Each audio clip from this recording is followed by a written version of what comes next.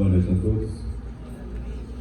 Eu queria agradecer também o convite inicialmente pela professora Jaqueline Gravini. O convite foi imediatamente aceito. Queria muito agradecer ao professor, o padre Luiz Henrique, pela iniciativa.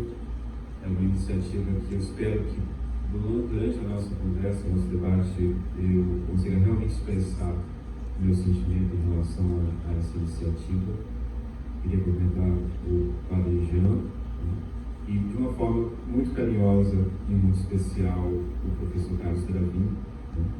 Porque eu tenho uma enorme admiração pelo trabalho. Foi meu professor no século passado, né?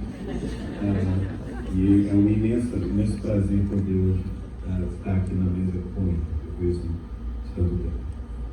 Bom, como foi dito na minha apresentação, eu tenho coordenado um grupo de estudos hoje chamado LISES, Núcleo de Estudos e Pesquisas sobre Suicídio e Modos de Vida, no Rio Grande do Sul. Esse núcleo foi criado esse ano, no início desse ano, mas ele tem uma história muito maior, porque na verdade ele era uma versão, digamos, feita no Sul, de um trabalho que eu venho realizando já há muitos anos, né, no Nordeste do Brasil, uma liga acadêmica que eu criei no Nordeste chamada Thanatos, né, que é uma liga interdisciplinar para o estudo da morte e do suicídio. Então, com a minha ida da Universidade Federal do Vale de São Francisco do Nordeste para o Rio Grande do Sul, eu levei esse trabalho para lá. Eu estou dizendo isso porque, desde quando, né, eu iniciei esse trabalho, por volta de 2014, 2015, o atendimento dos alunos para esse tipo de estudo sempre foi de imediato e sempre foi muito grande. Então, nós temos uma procura muito grande para estudar e pesquisar esse assunto. E essas oportunidades, como esse congresso, elas nos mostram que é um tema que tem um interesse muito profundo. E a gente tem que aproveitar o potencial dos nossos estudantes exatamente para conseguir mudar algumas perspectivas. A minha fala de hoje, eu vou ler o texto que eu preparei para essa ocasião, para conseguir também me dar conta do tempo. É um texto muito mais de uma provocação. Na sexta-feira eu vou ministrar um mini curso em que eu vou tentar responder uma pergunta, que é a pergunta, talvez no início não faça muito sentido para vocês, mas espero que ao final da minha fala ela fique mais ou menos clara, a pergunta, que é como que a morte voluntária se tornou suicídio. Essa é uma pergunta que eu tenho tentado responder desde 2015 e tenho investido muito tempo em pesquisa, estudos e colaboração, em parcerias para tentar examinar como que na nossa cultura do Ocidente nós criamos essa coisa que nós chamamos de suicídio. É uma palavra moderna, né, que traz um juízo extremamente negativo, não acolhedor, e talvez não esclareça muita coisa e traga mais problemas. Mas eu vou ler o meu texto para eu conseguir controlar o meu tempo. É um texto super tranquilo, feito para ser lido, e que tem muito mais intenção, então, de apresentar dois problemas. Um filósofo notável do século XX levantou uma questão que merece ser relembrada.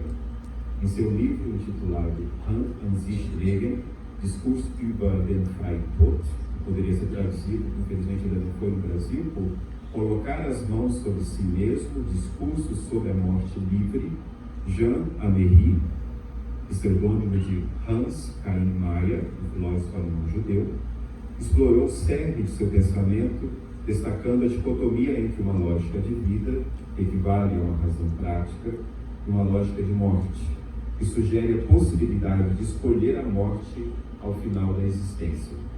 Améry é aqui lembrado apenas como uma desculpa, ou uma referência para essa introdução, para que eu possa apresentar algumas questões que venho investigando nos últimos anos.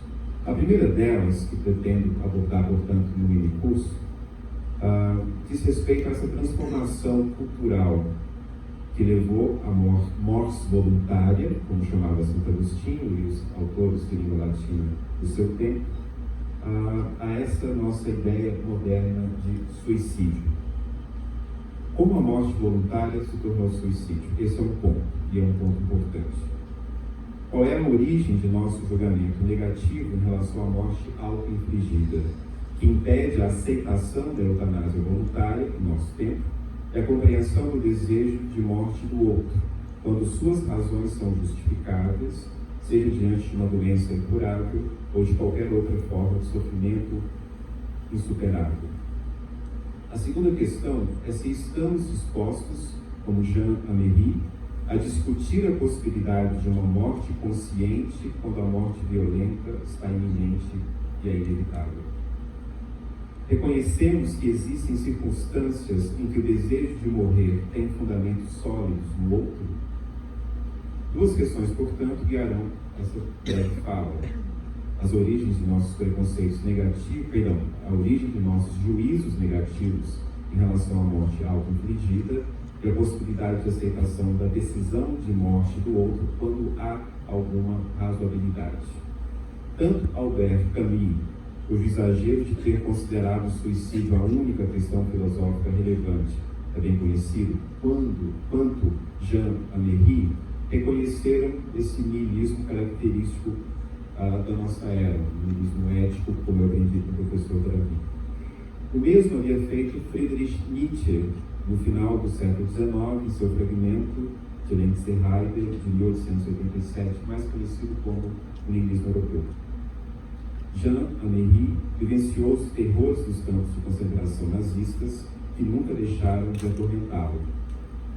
Enquanto Camus advogava pela revolta como uma reação alternativa à morte voluntária, Améry via a dignidade humana na ideia de exercer a liberdade diante de uma existência miserável, o que poderia, em circunstâncias específicas, coincidir com a morte voluntária, ou como ele chama, morte livre.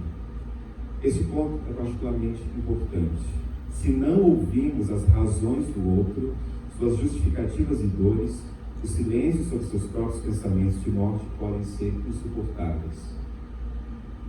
O que eu estou dizendo aqui, se nós não permitirmos que o outro expresse a sua vontade de morrer, não é dar assentimento, é ouvi-lo, essa impossibilidade de falar pode se tornar efetivamente insuportável e pode conduzir ao ato. A morte violenta e silenciosa, que pega todos de surpresa, não deveria ser uma alternativa viável do século XXI para aqueles que têm mais razões para morrer do que para viver. Infelizmente, nossa história não é progressiva na direção do esclarecimento. Uma sociedade que está a caminho do esclarecimento pode apresentar alternativas viáveis para evitar o que nós chamamos de suicídio, como a própria aceitação da eutanásia voluntária ou acolhimento. Refletir sobre quais alternativas em cada caso apresentado é o desafio de uma verdadeira meditação sobre a ideia presente em nossa época que advoga a prevenção do suicídio indistintamente. E se a morte for uma alternativa viável? Nesse caso, deveríamos esgotar a alternativa do suicídio e uma eutanásia ativa, conectada aos cuidados humanitários mais honrosos, poderia ser apresentada ao sujeito que já encontra mais razões para morrer do que para viver. Eutanásia voluntária como política pública. Somos capazes de incluir esse tema em nossos debates públicos? Somos capazes de considerar as razões apresentadas pelo outro e, após examiná-las, consentir sem nossos preconceitos morais, quando há razoabilidade? Somos capazes de debater publicamente a necessidade de uma regulamentação jurídica das diretivas antecipadas de vontade, exemplo do testamento vital? É essencial ouvir aqueles que enfrentaram a terrível ameaça de tomar a decisão de morrer, a exemplo dos pacientes de doenças incuráveis, aqueles que experimentam o cativeiro nas tantas guerras contemporâneas, ou aqueles que nada mais têm que possam lhes provocar um sorriso, um simples sorriso. Jean Améry criticou a equivalência entre suicídio e enfermidade. A inclinação à morte voluntária não deve ser vista como uma doença a ser prevenida, como prevenimos por vacina a poliomielite. Mas aqueles que sobrevivem ao que eu chamaria de tentação da morte, diante de uma existência que só oferece sofrimentos, são colocados nas mãos não de um cuidado psicológico propriamente humanizado, mas nas mãos da medicina. Como disse Jean Améry, abre aspas, cada suicidário salvo é internado numa clínica psiquiátrica, fecha aspas. E aqui estão as questões colocadas por Jean Améry, que gostaria de reativar nessa década de 2020. Abro aspas, uma citação de Jean Améry que considero particularmente muito provocativa. Até que ponto o melancólico está doente? Até que ponto o depressivo está doente? A mim, parece-me, considerando tudo o que li e a minha própria experiência, que as fronteiras entre a saúde psíquica e a esfera da patologia são sempre arbitrárias, estabelecidas segundo o sistema de referências vigente em cada sociedade numa dada época. O visionário, o místico e aquele que alcança o êxtase, estarão todos eles então doentes? Até que ponto estão aqueles que Schopenhauer chama a multidão, os muitos que, invocando o senso comum, dizem tantas inanidades que ouvi-los é degradar aos céus. Fim de citação. Talvez sejamos capazes de enxergar que é possível evitar um suicídio, por exemplo, de alguém que não consegue, pela dor, ver outras possibilidades quando precisamente elas existem para ele, se acolhermos com uma abertura excepcional às falas e às razões do sujeito em desespero. Talvez estejamos incapacitados enquanto sociedade, porque já tomamos de antemão uma posição, como se um médico despreparado e pouco afeito ao seu próprio trabalho formulasse um diagnóstico sem nunca ter visto ou examinado seu paciente, mas apenas ouvido falar sobre ele. Ora, a ideia de que as pessoas que pensam na morte voluntária ou efetivamente morrem voluntariamente possuem algum transtorno mental não é uma negação desse tipo de proximidade? Um dos idealizadores do Brasil, das campanhas de Setembro Amarelo, o presidente da Associação Brasileira de Psiquiatria, Antônio Geraldo da Silva, tem afirmado categoricamente que, abre aspas, nem todos que pensam em suicídio têm transtornos mentais, mas 100% dos que se matam, sim.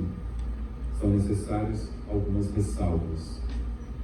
Por mais paradoxal que seja o que se chama na modernidade de suicídio, por mais que ele pareça à nossa vista um gesto irracional, talvez não seja na fala do outro algo desprovido de sentido. O lugar de alguém que pensa a própria morte, que não pode ser morrida por mais ninguém, assim como sua vida não pode ser vivida por mais ninguém, talvez não seja o lugar do diagnóstico, mas um lugar que lhe é particular, um lugar que lhe é próprio e que mereça mais de nós do que nossas categorias de saúde e doença que lançamos como redes para capturar os peixes que nós mesmos colocamos no poço. A história do suicídio é complexa, mas dois movimentos a redirecionaram. O primeiro foi uma revolução feita por Santo Agostinho, que identificou a morte voluntária como um homicídio de si. Na antiguidade, havia pluralismo de opiniões sobre a morte voluntária, descrita de modo plural pelos poetas e filósofos gregos, que não tinham uma palavra semelhante a suicídio, que significa assassinato de si.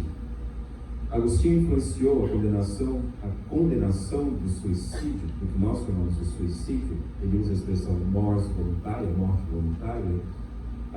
ele influenciou a condenação da morte voluntária e a inserção das punições aos que assim morrem no direito canônico dos católicos, que somente sofreu alteração em 1983, no 5º ano de mandato do Papa João Paulo II, em que se retirou a condenação que via desde o século V, que foi ressaltada na versão de 1917 e que é retirada em 1917, para exatamente nos permitir novamente pensar a noção de misericórdia. A partir de então, a partir da Cidade de Deus, Santo Agostinho, Mas, propriamente, 22 anos após a sua morte, em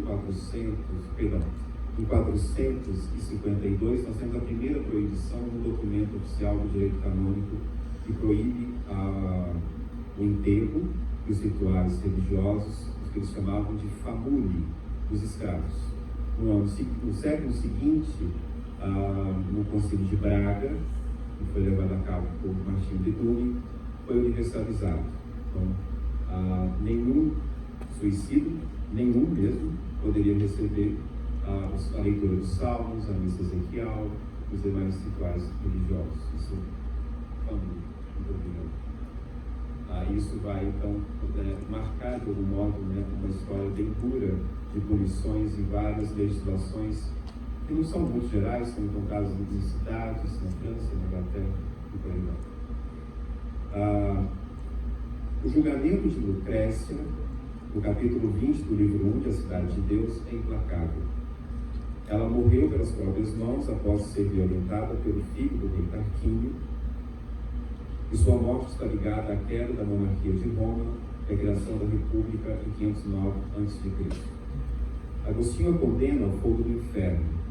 Se ela consentiu ao ato, é adúltera e assassina de si. Se não consentiu, é inocente. É, portanto, assassina de uma inocente. A morte voluntária é, para Agostinho, um crime de homicídio inafiançável. Ele faz o julgamento no capítulo 20. No capítulo seguinte, 21, do livro 1, ele apresenta a lei. É preciso ter uma lei para que algo seja um crime. Ele apresenta o sexto mandamento da lei de Deus, ou o quinto do nosso catecismo: não matarás. Os concílios que se seguiram, portanto, introduziram punições aos mortos voluntários. Claro que essa questão é extremamente complexa. Santo Agostinho tem uma razão muito interessante para ser muito duro com a morte voluntária. Nós temos que lembrar um contexto de invasão dos povos nórdicos, chegaram até o norte da África. As mulheres cristãs tinham Lucrécia como um grande nome, né? Mesmo para uma sociedade cristã, o grande nome de Roma, ligado à fundação de Roma, e a imitação do suicídio de Lucrécia é algo extremamente aceitável. Então, Agostinho quer preservar a vida das mulheres católicas. Ele argumenta, por exemplo, que no estupro a mulher não perde a castidade, ela não perde a virgindade, que é uma virtude da alma, não do corpo. Não há, portanto, motivo para se matar. Em outros momentos, por exemplo, na carta 209, ele tem uma outra tarefa mais bonita, que é a tarefa de acolhimento, de consolo às mulheres. Mas aqui no capítulo, na Cidade de Deus, nesse livro inicial, ele está mirando os juízes romanos. E ele quer, por exemplo, que não se culpe a vítima de estupro. O único culpado é o violador. E não há motivo algum para a vítima se sentir culpada, em todas as nuances complexas que são importantes.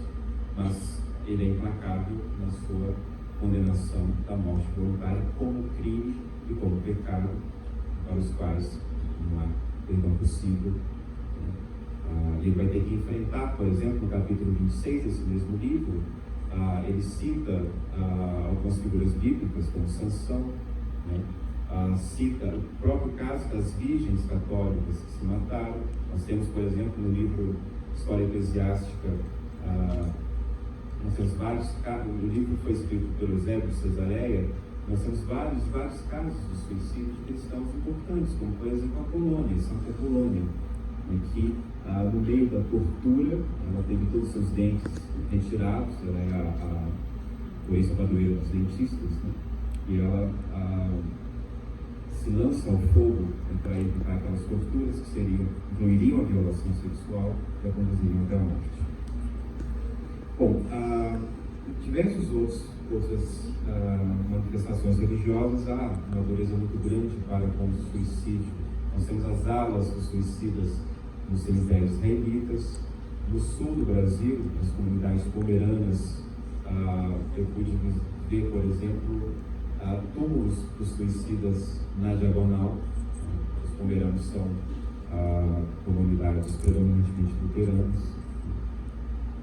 Um outro movimento que redireciona a história do suicídio ocorreu na medicina na primeira metade do século XIX, quando os alienistas franceses conceberam o suicídio como sintoma de uma doença mental.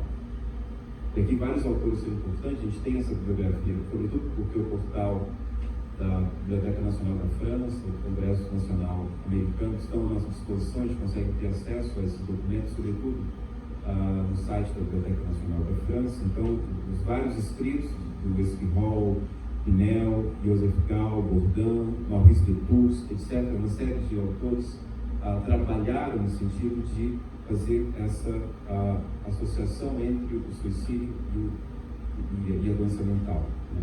Muitos deles, de uma maneira bem confusa, como Bourdain, foi muito criticado no livro do Caio, no final daquele século, porque ele acreditava que existia uma, que ele chamava de monomania, uma única doença que produz um único tipo de sintoma.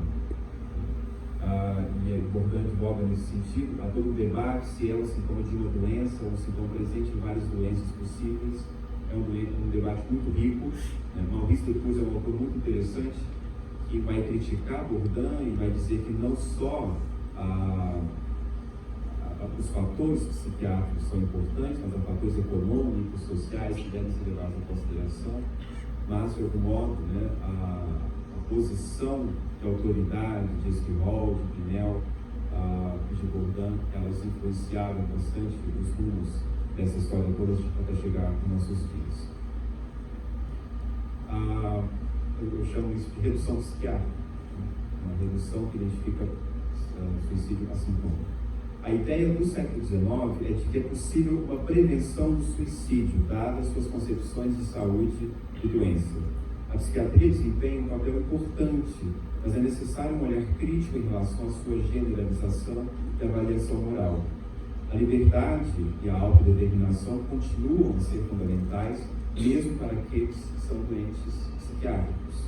E o caminho para o que nós chamamos de ato suicida envolve a compreensão dos equilíbrios e desequilíbrios psíquicos do sujeito e nossos julgamentos morais. A morte voluntária desafia a concepção convencional de um paciente em tratamento médico. Enquanto os pacientes típicos buscam a recuperação de sua saúde, aqueles que desejam voluntariamente a morte não se encaixam nesse perfil. Eles não são pacientes à espera da cura, são agentes. E sua agência é, dolorosamente, a negação da paciência, da espera, da esperança. Embora alguns pacientes psiquiátricos não tenham controle sobre seus pensamentos ou impulsos autodestrutivos, nem todos que pensam na morte o fazem por falta de controle.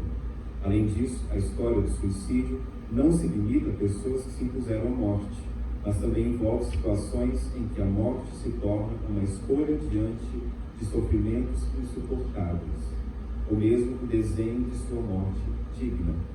A questão central permanece como nossa cultura lida com a morte voluntária. Uma campanha voltada para o tema deve nos conduzir a uma posição de acolhimento daqueles que desejam morrer deliberadamente, mas deve igualmente nos conduzir a reconhecer e abordar as misérias sociais, culturais e estruturais que podem influenciar essa decisão. Por que endossamos sempre as teses da psiquiatria do século XIX, sem um exaustivo debate sobre a moralidade do diagnóstico, sobre as relações entre medicina e higiene social, sem a admissão de um sentido diverso que possibilite compreender a própria ideia de eutanásia ativa? E aqui eu entro no meu último problema. A eutanásia para os antigos dizia respeito mais a um estado de espírito, a uma preparação à saúde psíquica diante da morte. Eutanásia, deixa eu traduzir-se a letra por boa morte. Não é incomum artigos científicos darem a paternidade da palavra a Francis Bacon, mas primeiro, ele nunca a requereu. E segundo, essa palavra já era conhecida e usada pelos antigos, como pode ser lido em Filão de Alexandria, no seu livro sobre Caim e Abel. Filão de Alexandria é um filósofo grego cristão do século V. Na verdade, eutanásia deriva do verbo eutanateu, que, igualmente à letra, traduz-se por bem morrer. Filão de Alexandria floresceu no século V, e eu cito a sua obra, abre aspas, quem ignora que uma bela velhice e uma bela morte, eutanasia, são os maiores bens do homem quando a natureza não tem parte nenhuma nem outra, visto que ela não conhece nem ter sido esquecida em nosso tempo, ao menos não faz parte da vida cultural de nossas sociedades. Se para os antigos não fazia sentido pensar a boa morte como uma intervenção médica em algum lugar apropriado para isso, não havia hospitais nem clínicas, para nós parece já não fazer sentido pensar numa preparação espiritual para a morte. Portanto, o sentido atual de eutanásia foi introduzido sim pelo Bacon, não a sua prática, mas essa ideia de eutanásia como intervenção médica é sim do Bacon. Com ele, a eutanásia, torna-se uma morte assistida, mediante a ação médica que pode conduzir o processo de morrer de uma maneira menos dolorosa ou até mesmo indolor. Temos, portanto, dois tipos de eutanásia. A que coincide com o uso corrente em nossos dias, suas variações, em que há um procedimento para intervir e provocar a morte de maneira menos dolorosa possível, e temos a eutanásia, nomeada assim por Filão, que envolve a postura que assumimos quando a morte está à nossa frente. Envolve uma preparação para aceitá-la de forma calma e digna, como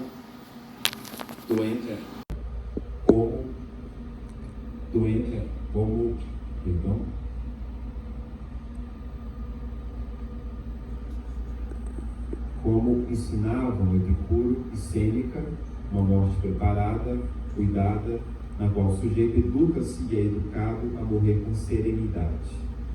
Em uma obra publicada em 1623, Historia Vitae et Mortis, 400 anos, portanto, Bacon define a eutanásia externa, da qual ele diferenciava a eutanásia interna, como ele chama, a eutanásia dos antigos, como o tratamento adequado a doenças incuráveis. Então, Bacon define esse novo conceito que ele produz de eutanásia como um tratamento adequado a doenças incuráveis. Em determinadas situações, a morte é o melhor remédio, pensa Francis Bacon. Mas, diferentemente de Bacon, e diferentemente do juízo, saber e poder, podemos perguntar se é possível, em nossos dias, preservar o ensinamento dos antigos, Epicuro e Sêneca, de que a morte pode ser escolhida livremente, assim como podemos escolher livremente continuar a viver e enfrentar os sofrimentos. Leitor de Francis Bacon, o inglês Thomas Morris escreveu em sua Utopia, abre aspas, se a doença não é apenas incurável, mas também se prolonga de forma acabrunhadora e intolerável, então os sacerdotes e magistrados aconselham a que não se prenda a vida por mais tempo e a que não se prolongue numa situação de doença que é um peso e um risco. A escolha por morrer deve ser feita tendo diante de si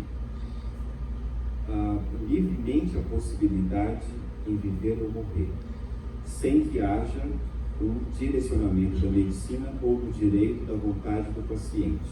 Como dizia Max Weber, a ciência deve servir como meio de esclarecimento para nossas decisões. A mais difícil de todas as escolhas deve ser feita pelo titular da vida. E aqui se impõe novamente a questão: é possível acolhermos a decisão do outro que se mostra realizada com esclarecimento, com vontade e com serenidade? Somos capazes de ouvir? Se a escolha de quem se submete aos saberes médicos for morrer, a escolha não deve ser respeitada? Se a escolha for viver, não deve ser igualmente respeitada? Quanto a essa última situação, existe a proposta já há algum tempo, ao menos desde os anos de 1950, dos cuidados paliativos, que muitas vezes, pensados efetivamente, podem ser como uma boa morte. Ao invés de procedimentos hospitalares ou acompanhamento multiprofissional, incluindo tratamentos psicólogos mediante doenças crônicas ou degenerativas. Tanto a ideia de eutanásia como intervenção, quanto a eutanásia pensada como uma morte cuidada, não são ainda um direito no Brasil, mas um privilégio. Não temos perspectiva de um projeto que tenha como finalidade morrer sem dor. Não me refiro a projetos de lei, inclusive temos um projeto de 2012 assinado pelo então senador José Sarney, que visa tornar a eutanásia um crime específico de assassinato. Refiro-me a um projeto esclarecido de sociedade. A morte pode se manifestar de forma natural, anunciando sua imanência por meio de uma gradual diminuição das forças vitais, retirando do indivíduo a qualidade de vida e impondo um desfecho lento, doloroso, frequentemente acompanhado de intensos sofrimentos. Diante de alguém que encara o fim iminente e não vislumbra dignidade ou honra em padecer até o último suspiro, não devemos considerar o consentimento à sua vontade, caso ele o faça, e ao desejo de encerrar sua jornada de maneira mais digna.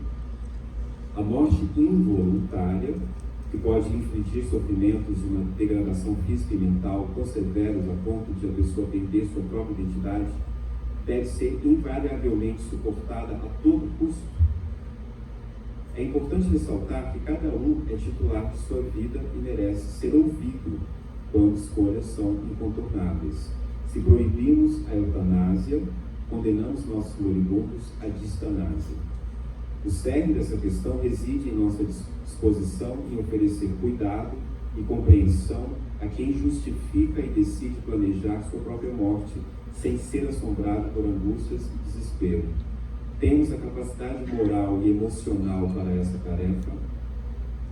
Numa só palavra, trata-se de promover um debate franco e substancial sobre a eutanásia voluntária, sem esquivarmos da análise profunda do valor da morte em nossa sociedade. Portanto, penso que nossa sociedade é marcada por um juízo condenatório que possui influências teológicas e médicas que precisam ser examinadas com cuidado.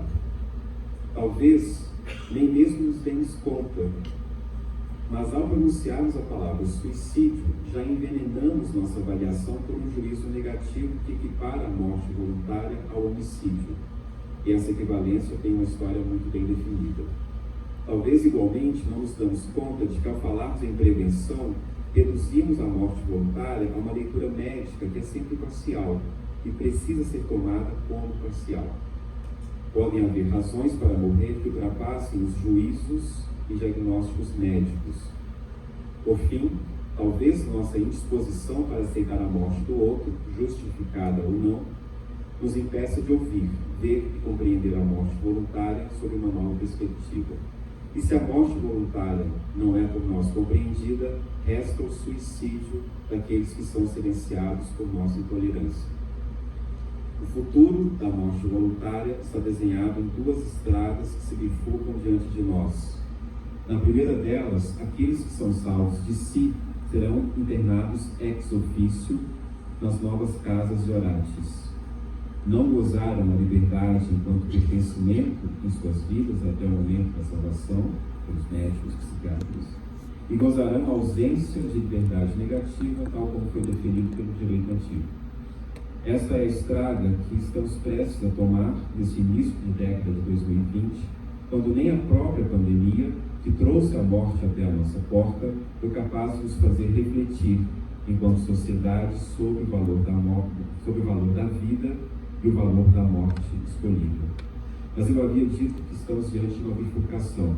Há ainda uma esperança de não voltarmos às experiências da sociedade medieval ou da sociedade médica higienista que sequestrava os cadáveres dos suicidas. Há, pois, outro caminho que exige o retorno à sabedoria de que também a morte cobra para si a qualidade, a dignidade, e não precisa vir com o susto do telefonema de madrugada. Ela pode ser planejada, cuidada, preparada, quando já dá sinais de sua inelutável presença. O futuro da morte voluntária, caso tomemos essa improvável segunda estrada, que exige que áreas para além da psicologia e da psiquiatria entrem no debate, pode ser um caminho mais suave, quando muitos daqueles que desejam morrer descobrirão que seus desejos não são inautênticos e que a liberdade de morrer não é o pecado dos pecados. Quando, ao descoberto assim se fizer presente em nossas consciências, quem sabe não encontrarão ouvidos lhes ouçam sem essa moral ruidosa que construímos até aqui. Quem sabe não sejamos capazes, também nós, de pequenas éticas que valorizam a vida sem desprezar a necessidade de meditarmos sobre a morte. A primeira estrada é a estrada da excomunhão. Nela, o estranho é combatido com armas imunológicas, é repelido, anulado, rebaixado a um absurdo estrangeiro que não permite a afirmação de um nós misericordioso. O segundo caminho é o caminho da compreensão. Caso o futuro da morte voluntária expoe a sua lucidez por essa via, ele reencontrará os momentos gloriosos da ética e da misericórdia que deram lugar à severidade moral. E teremos diante de nós também, quem sabe, nós também, o nosso renascimento. E cada um será capaz de dizer, eu fecho com as palavras de Spinoza, tenho me esforçado em não rir das ações humanas, em não as deplorar, nem as odiar, mas em compreendê-las. Obrigado.